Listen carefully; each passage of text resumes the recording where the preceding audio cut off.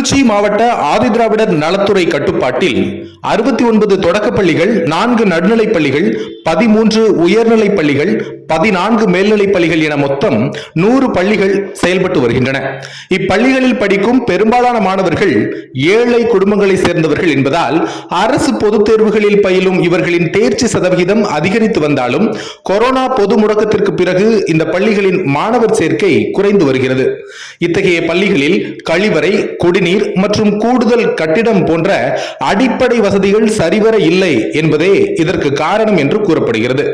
மேலும் ஆதிதிராவிடர் நலத்துறை கட்டுப்பாட்டில் இருக்கும் மேல்நிலை பள்ளிகளில் ஆய்வகம் மற்றும் கல்வி சார்ந்த மன்றங்கள் இல்லாதது ஒருபுறம் இருந்தாலும் ஆசிரியர் பற்றாக்குறை என்பது ஆண்டாண்டுகளாக தொடர்ந்து வருகிறது.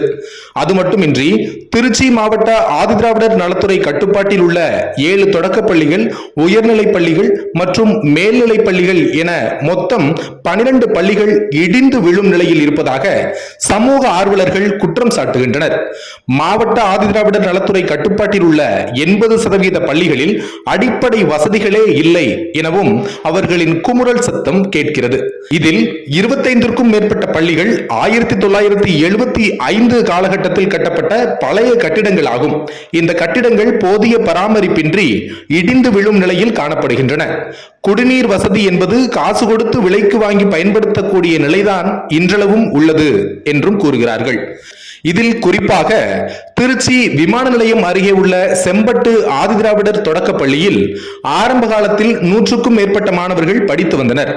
கடந்த 10 ஆண்டுகளாக போதிய பராமரிப்பு இல்லாததால் இடிந்து விழுந்த கட்டடத்துடன் கூடிய வகுப்பறையில் 1 முதல் 5ஆம் வகுப்பு வரை 24 மாணவர்களே மொத்தம் கல்வி பயின்று வருகின்றனர்.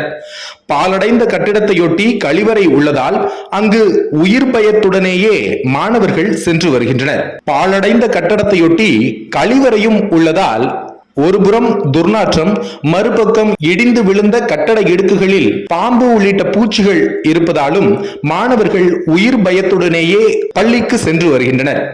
இங்கு போதிய வகுப்பறைகள் இல்லாததால் மரத்தடியில் பயிலக்கூடிய அளவிற்கு தான் மாணவர்களின் நிலை தற்போதும் உள்ளது. இது தொடர்பாக சம்பந்தப்பட்ட அதிகாரிகளிடம் புகார் கொடுத்தும் எவ்வித பயனும் இல்லை. இது தொடர்பாக ஆதிதிராவிடர் நலத்துறை அதிகாரிகளிடம் கேட்டபோது பள்ளி கட்டிடத்தின் நிலை குறித்து ஆய்வு செய்து அதிகாரிகளுக்கு அறிக்கையாக அனுப்பி வைக்கின்றோம்.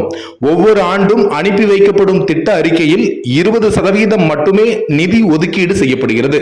இப்பள்ளிகளுக்கு கூடுதல் கட்டடம் கட்டுவது டாட்கோ மூலமே மேற்கொள்ளப்படுகிறது. இந்த ஆண்டு பராமரிப்பு செலவு மேற்கொள்ள 80 லட்சம் ரூபாய்க்கு திட்ட அறிக்கை தயாரிக்கப்பட்டு அதிகாரிகளுக்கு அனுப்பி வைக்கப்படும் என்று தெரிவித்தனர். பெரும் திட்ட அறிக்கையை தயாரித்து அதிகாரிகளுக்கு அனுப்புவதோடு மட்டும் நின்று விடாமல் உரிய அதிகாரிகள் இதை சீரான இடைவெளியில் ஆய்வு செய்து மாணவர்களின் கல்வி மற்றும் பாதுகாப்பை உறுதி செய்ய வேண்டும் என்பதே பொதுமக்களின் எதிர்பார்ப்பாக உள்ளது.